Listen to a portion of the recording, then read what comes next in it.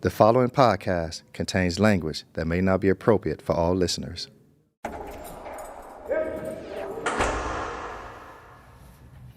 Hey, if it's 6 in the morning and you're watching the old lady on the old yoga lady. Well, first of all, Priscilla is a master at what she does. He said Priscilla. Her name is Priscilla.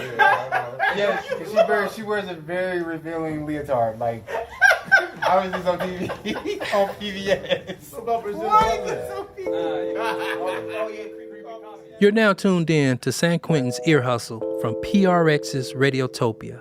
I'm Earlonne Woods. I'm incarcerated here at San Quentin State Prison in California. I'm Nigel Poor, a visual artist who volunteers at the prison. And together, we're going to answer some of your questions.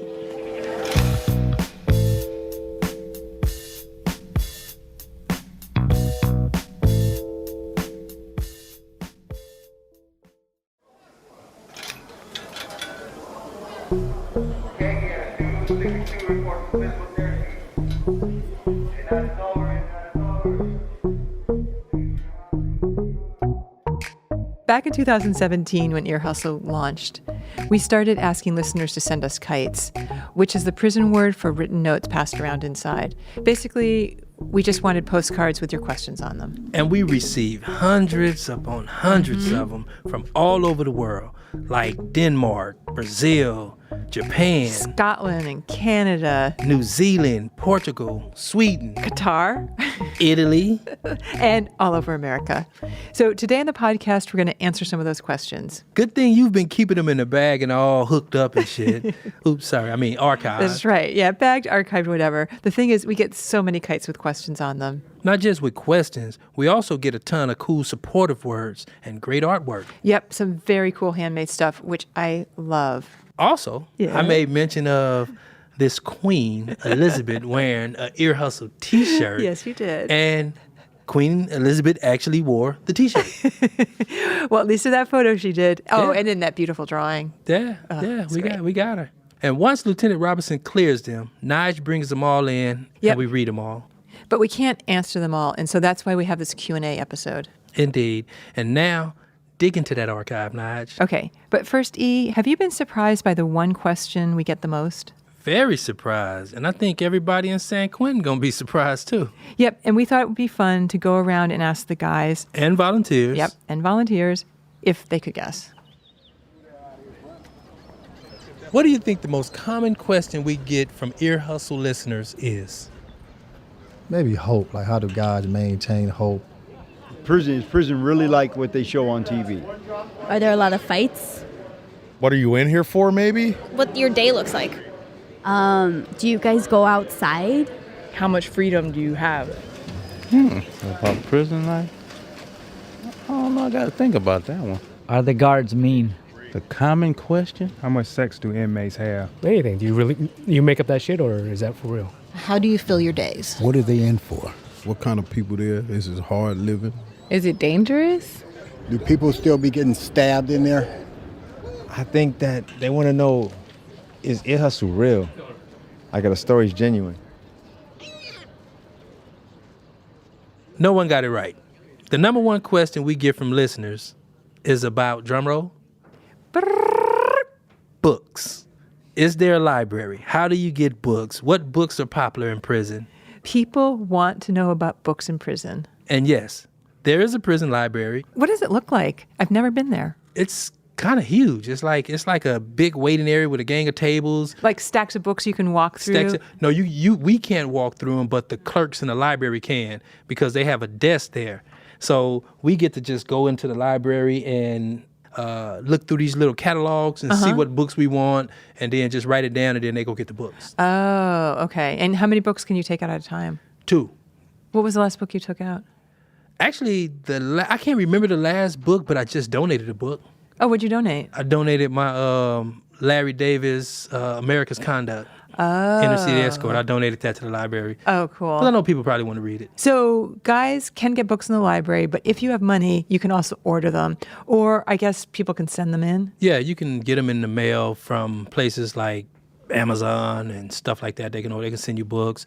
Long as it's a approved vendor. Okay. People can get them. Okay. And is there a lot of sharing? Do books kind of make their way around the prison? Of course. Like, say, for instance, if I ordered a great book and dudes would be like, hey, let me get next on that.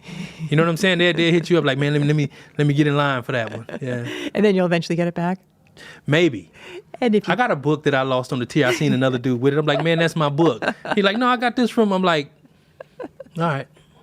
Did you put your name in it? No, I didn't. You didn't have like, this book belongs to... No, I guarantee you it's a receipt in that book because the book cost me $24. Whoa. Yeah. How many hours do you have to work to buy a $24 book? Probably over a month if it was just from my prison salary. Oh my God. Because my prison salary is like $20, $21, maybe $24. I don't know, something like that. A month? A month.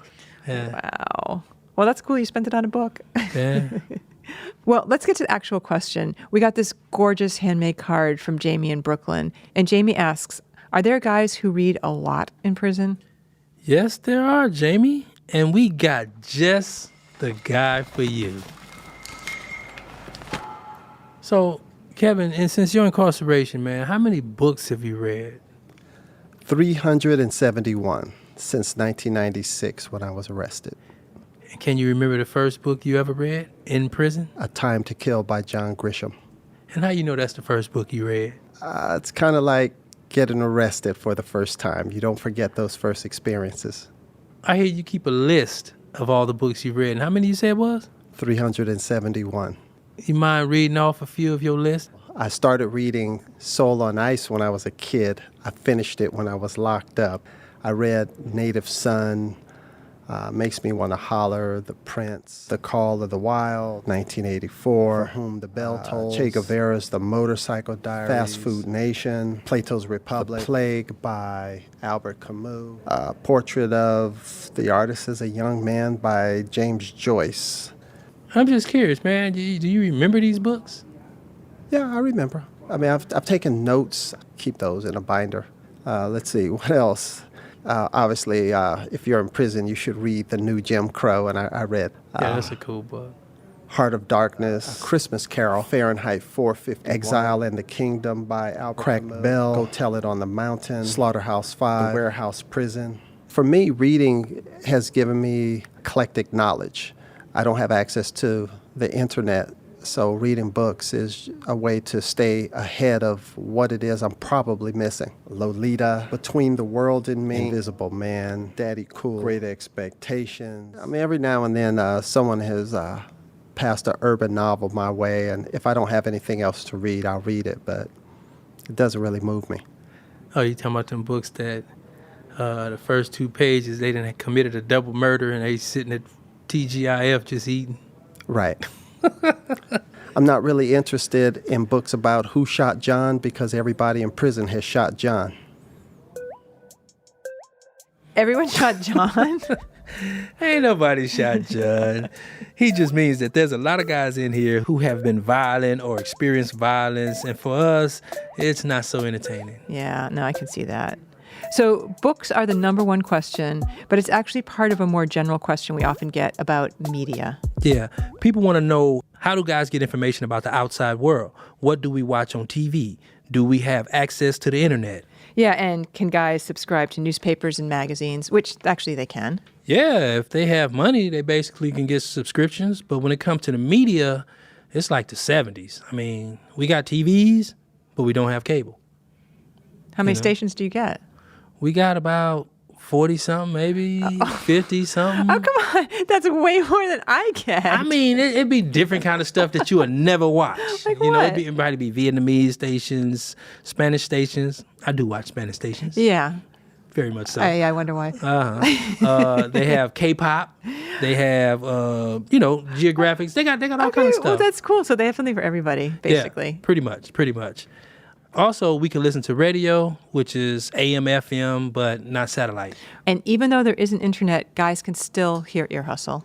Yeah. I mean, I work for the guy, Larry Snyder, who runs the closed circuit TV system. So, of course, I'm going to tap in and put Ear Hustle on there so people can hear it. So, yeah, they know who we are, Nige. That's why they be calling you, hey, Nigel. Nice. I also think that TV is a big part of life in here because I hear guys arguing and debating all the time about their favorite shows. Yeah, like these guys here, Shy, Adnan, Eddie, and Khalifa. Mm-hmm. What's your go-to TV show? So my go-to is always the reruns of Big Bang Theory. Whack. The writers are Big Bang geniuses. Theory is not funny. The writing, It's funny, man. the writing Or whack. is It's just played out. hilarious. It's just played out. No, it's not played out. Their humor is intelligent. That humor isn't smart. It's almost slapstick. First of all, there are no nerds who do slapstick or physical comedy, right? Nerds don't do physical comedy. Nerds are all cerebral. And yes, I use that word. I could have said brain, mental, but we're talking about Big Bang Theory, so I use cerebral. You know why? Because I've been watching that so much that I'm getting smart. For a part in Big Bang Theory right now? Is First that of what all, he's trying to do? I'm Raj Kutapalli's brother on the show, right? What I can say, that's not good. Raj's sister is beautiful. Khalifa, what's yours? Oh, This Is Us. Tuesdays, yes. I was getting there, but yeah, he beat me to it. But that's because I was into Parenthood before that, and Parenthood was good. I've been watching a lot of stuff. Friday that Night try to Lights? make me cry, man. Did you watch Friday Night Lights? Yeah. Yes. You're allowed to cry at that, though. And we're the nerds. And we're the nerds, Eddie. No, we are just evolved men right now Thank who you. are in touch with their emotional intelligence. Ooh, blew it. I'm gonna drop the task cam on that one. Turn it off. Let's leave right now. Okay, I got a TV question for you. Okay. What show from your childhood sticks with you? I would have to say Different Strokes. Really? You remember that? What was that show? I can't remember. What you talking about, Willis? Oh, with Gary Coleman Gary and Ty Coleman. Bridges and Dana. I forgot her last name. Oh God, what happened to those people? Ooh, hey, it's funny because when I was 17 years old, when I went to prison, I was in the county jail. I was going to court with Ty Bridges. What? And The brother? The one that- the tall, skinny dude? Yeah. So he was protective custody because he was a celebrity. Mhm. And I was a juvenile and I couldn't be with adults. So they had us like in the same little tank, but it was like a window between us. Oh my God. And I asked him, I was like, hey, you Ty Bridges, huh? He was like, nah, people say I look like him. Aw. So I'm like, okay, this motherfucker lying to me. I know this him. I've been watching this show all my whole little life growing up. You know what I'm saying? So then I was sitting there. Then all the sheriff deputies kept coming in like, "Hey man, you fucked up, huh?" You know what I'm saying? Yeah. So when they left, I'm like, man. He's like, man, I don't even want to be me right now. Oh, you know what I'm saying? He was just like, man, everybody just, and you could tell that he had a extensive drug use at the time. Oh, that's why he was in, you Yeah, think? it was almost like he was looking like he was homeless type. You know what I'm saying? God. And so we sat there and we chopped it up for a quick minute. I had a Bible, and he was like, man, can I read the Bible? And I opened the Bible. I had pictures in there. He was like looking at the picture like, oh yeah.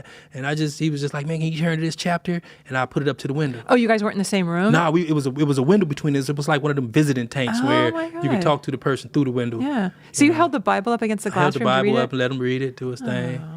And, Wow.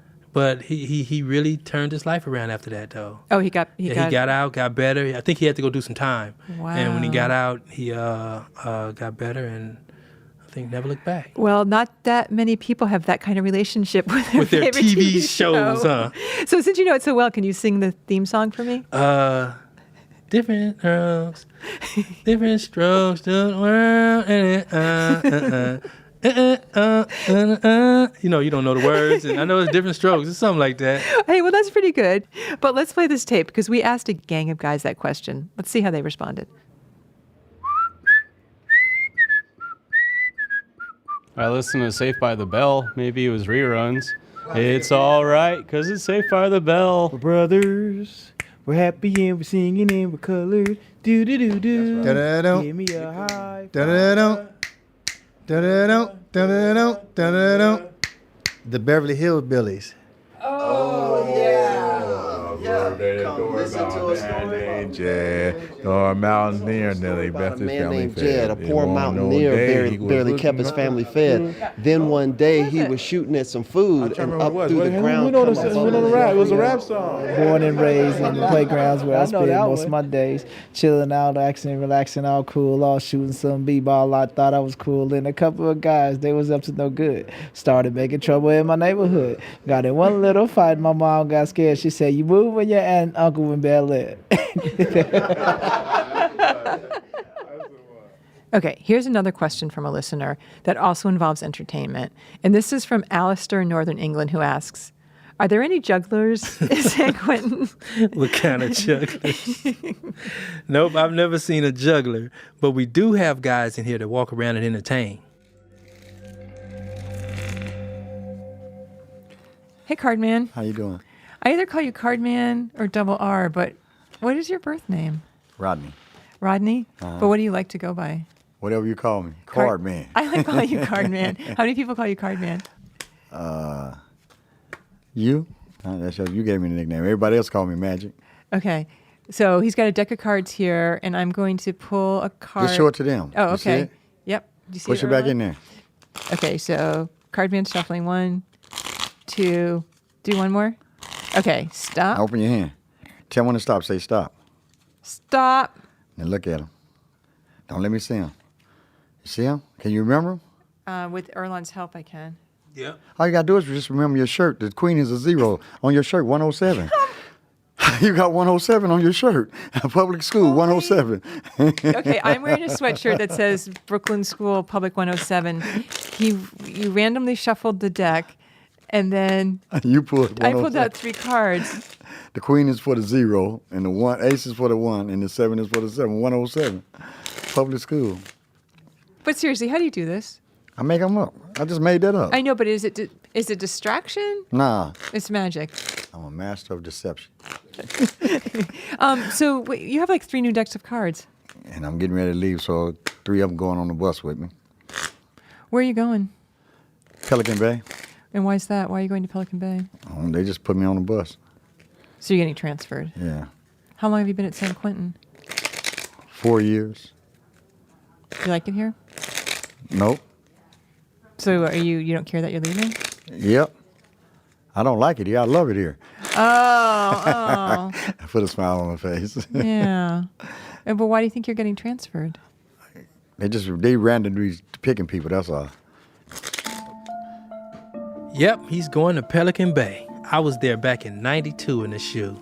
Oh, right. God. That's during the LA riots. Oh, God, the Rodney King riot? Yeah. Ooh. I wasn't alive during the Watts riot in '65. And I just so happened to miss the '92 riots because I was incarcerated. Oh, God.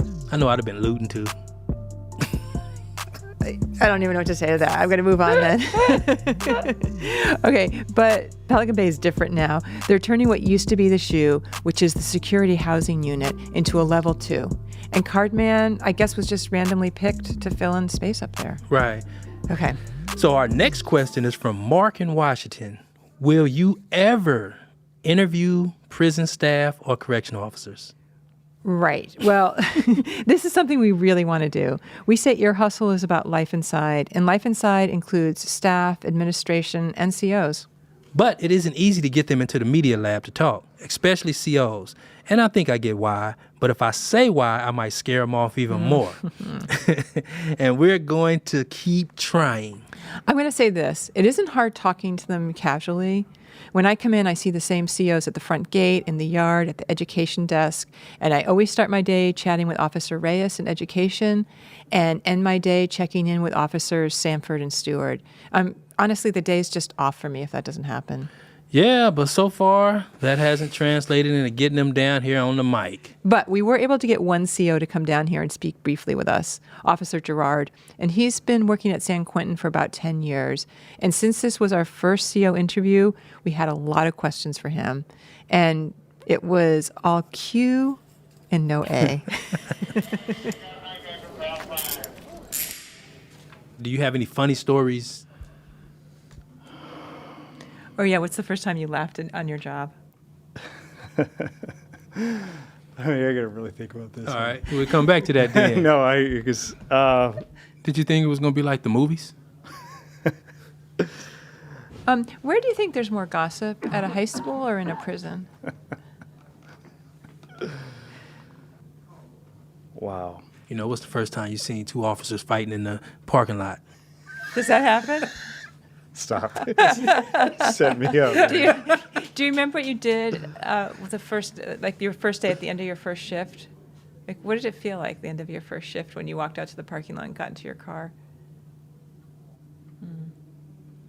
So do you feel as an officer you're more hipper now that you've been around so many different people and understand so many different slangs?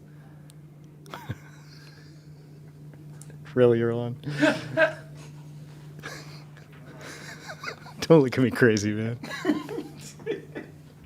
But I got plenty of stories, but they're fucked up. So We take fucked up stories. No. Okay. Let's not go down that path. Because I can tell you some fucked up shit.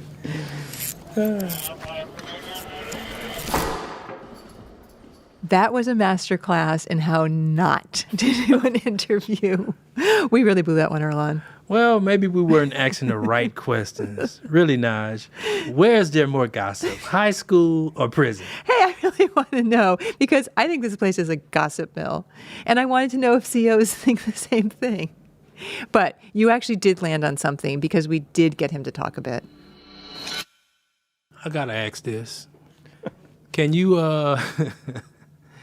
can you give us a play-by-play on the first inmate that ran on you? Usually I find with inmates who run in a dorm setting, usually it's because of drugs or cell phones. And I guess I can understand the last-ditch effort to try to get rid of the contraband. However, I'm not sure where they're planning on going because we have a lot of walls here, and I'm not sure why they would run. I've seen guys do laps around the dorm, and there's one thing I'm not going to do is I'm not going to chase them around the dorm. It's just not going to happen. I do try to stay on them just long enough to know where they're ditching the contraband so that I can retrieve it. But we've got guys who one particular individual decided that he wanted to just run around the dorm 4 times for some reason. I don't know what he was trying to do or what he was getting at, but I guess it's instinctive. I asked him, I said, well, why did you run? And he says, I don't know. It's what I do. It's what I've been doing on the streets. And I said, okay, well, you don't have any place to run, so I'm not sure why you're doing that here, but okay. See? We got something out of him. It wasn't a total bust. No, it wasn't. But I'm officially putting it out there. We'd love to do some stories about people who work here. So don't be shy. Get in touch. You know where to find us. Next question from Tree and Leaf in Oklahoma. Tree and Leaf, huh? Yep, that's how they signed it. They write, yo, tell us about visual arts in prison, tattoo culture, graffiti artists, etc. And they sent the question on this really nice handmade card with graffiti on it. And Earlonne, you're not supposed to have tattoos in prison, but clearly guys do. Yeah, got a couple myself. Oh, really? But to answer your question, Tree and Leaf, we brought a guy in named Brew. Do you do tattoos or you just receive tattoos? I have done most of mine, actually. You My have? arms and legs, wherever I can reach, I try to get. How the heck do you do it? Well, I started out in some of the spots where you couldn't see too much to practice, and then you get to portraits and things like that. Like I did the Old Man in the Sea here, which is more of a portrait style where you have to be more precise. You screw up and, you got a crooked nose. And are you ambidextrous? I am now. You Yeah, have to after be. doing that, yeah. Okay. I'm left-handed by. That's normal. crazy. The shark? Yeah, that was the hardest part. That was one of the first ones I did with my right hand. So. Did a damn good job. Yeah, I'm sort of speechless. Well, the tattoo guns we use are real detail because you only have one needle virtually, and it's very fine lines.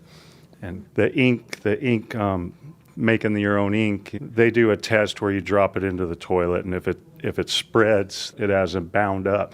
If it floats to the bottom and then slowly dissipates like a watercolor, just melts into the water, then it's good ink. And the guns that we have to make are so temperamental, and everyone makes them 1,000 different ways. Where was the hardest one for you to do yourself? Oh, the back of the leg. I was doing the back of the leg, and you have to twist for a couple hours. I had my leg like this twisted, and I had to put a belt on it to pull it around how I was going to get to it. And once it went numb, I kept working on it, and it was fine because it went numb. And then once I was done, I stopped and tried to stand up, and yeah, I had hurt something in the knee. It was bad for about a year. It stretched something out of joint, but that was tough. And the back of the arms were a little tough. I had to put a belt on that and pull it around. The thing about tattooing, if you don't stretch the skin and make the canvas, like you say, flat, the needle won't penetrate too well. It'll be inconsistent. So yeah, I'd take a belt and stretch the skin and get busy on it. So which one hurt the most? Ooh, that's easy. The side of this second finger here was, man, bright lights and got nauseous, the whole thing. But the good thing about tattooing yourself, once it gets too bad, you can let off a little bit. Where if someone else is tattooing you, there's no tapping out. You got to go through it. What was the first one that you got in here? Oh, it was a chess piece. I have another Old Man in the Sea with a marlin back behind that. So what's your connection with Old Man in the Sea? I had a fishing boat when I was out on the street, and yeah, I have a big connection. That story really hit me as a child. And yeah, that was Hemingway's got a couple really great stories that I like. So after saying that, I'm starting to see it. I see sharks. I see rotors. Yeah. I see fish. It's all sea life, pretty much the whole motif. I try to stick with the sea life. Yeah, I mean, I feel rude, but it's like seeing a canvas and not looking. I just kind of want to see everything that's there. Yeah, thank you. Yeah. Yeah, I have an eel there. This is like a reef underneath here. Sea anemones. Okay, one last question, and this probably fits under the question about media that we get. So Sarah in Brooklyn wants to know, how do guys listen to music inside? Interesting. Well, most of us can listen to the AM/FM radio if we got them. Some guys have MP3 players that come loaded with songs we purchased from a catalog. Yeah. Some guys have CDs. And you might find older guys with cassette tapes. I have yet to see a cassette tape in here. I have cassette tapes still in the cell. Haven't listened to them in forever. I need to get rid of them. Wait, why are you going to get rid of them? They're probably classics. Nah, they might be taking up space. Well, those are various ways guys can listen to music in here. But as Ear Hustle listeners know, there's some really talented musicians inside San Quentin. And sometimes you can just go out to the yard and hear guys doing their thing. We got guys playing mariachi. Or you might just catch someone out there blowing their horn.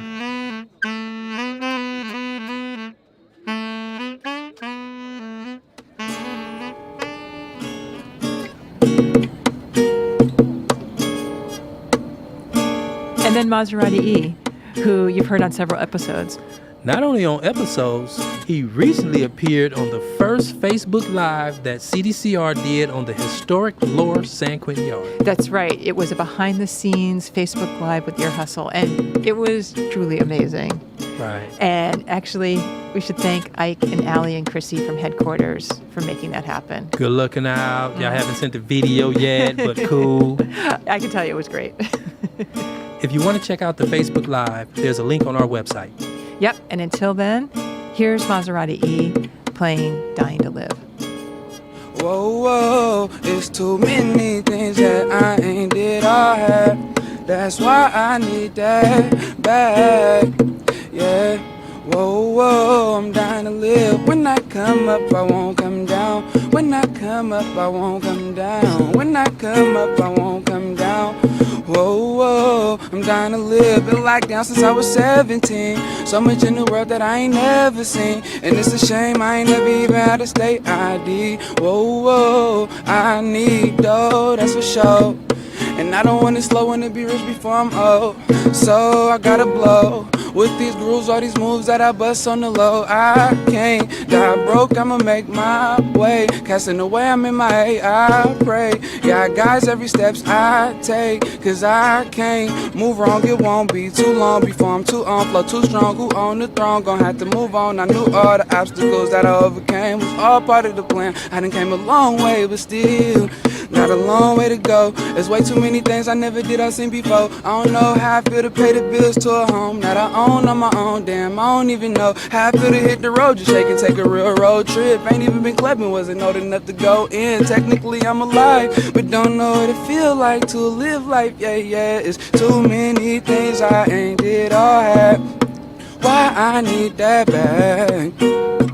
Yeah, whoa, whoa, it's too many things that I ain't did or had.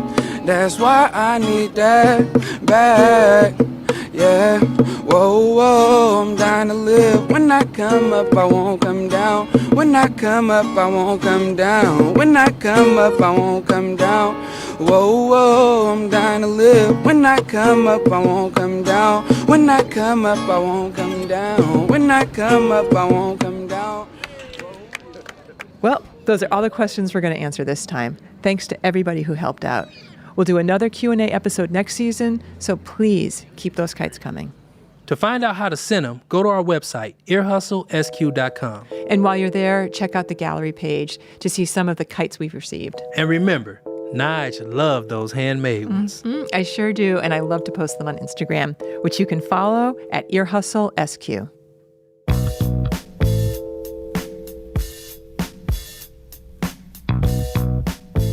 Ear Hustle is produced by myself, Earlonne Woods, and Nigel Poor, with help from outside producer Pat Mesiti-Miller, who also works with the sound design team. This episode was scored with music and sound design by David Jazzy and Antwan Williams. Our story editor is Curtis Fox, and our executive producer for Radiotopia is Julie Shapiro. We also want to thank Warden Ron Davis, and as you know, every episode has to be approved by this guy here. This is Lieutenant Sam Robinson, and I approve this Q&A episode. Next time on Ear Hustle. We're talking about a prison within the prison. What do you think the worst part of death row is? I think it's in some ways the darkest place in California, because it's where we've put the people that people fear the most and just have so much hatred and anger toward, and we've thrown them away in this building. Ear Hustle is a proud member of Radiotopia from PRX, a collection of the best podcasts around. Hear more at radiotopia.fm. I'm Earlonne Woods. And I'm Nigel Poor. Thanks for listening. You got to go through, what was it? What was it? 9 Hearts. Show it to me. We'll go through every chord. Mm-mm. Where did it go? I don't know. I'm trying to make it come back. All right.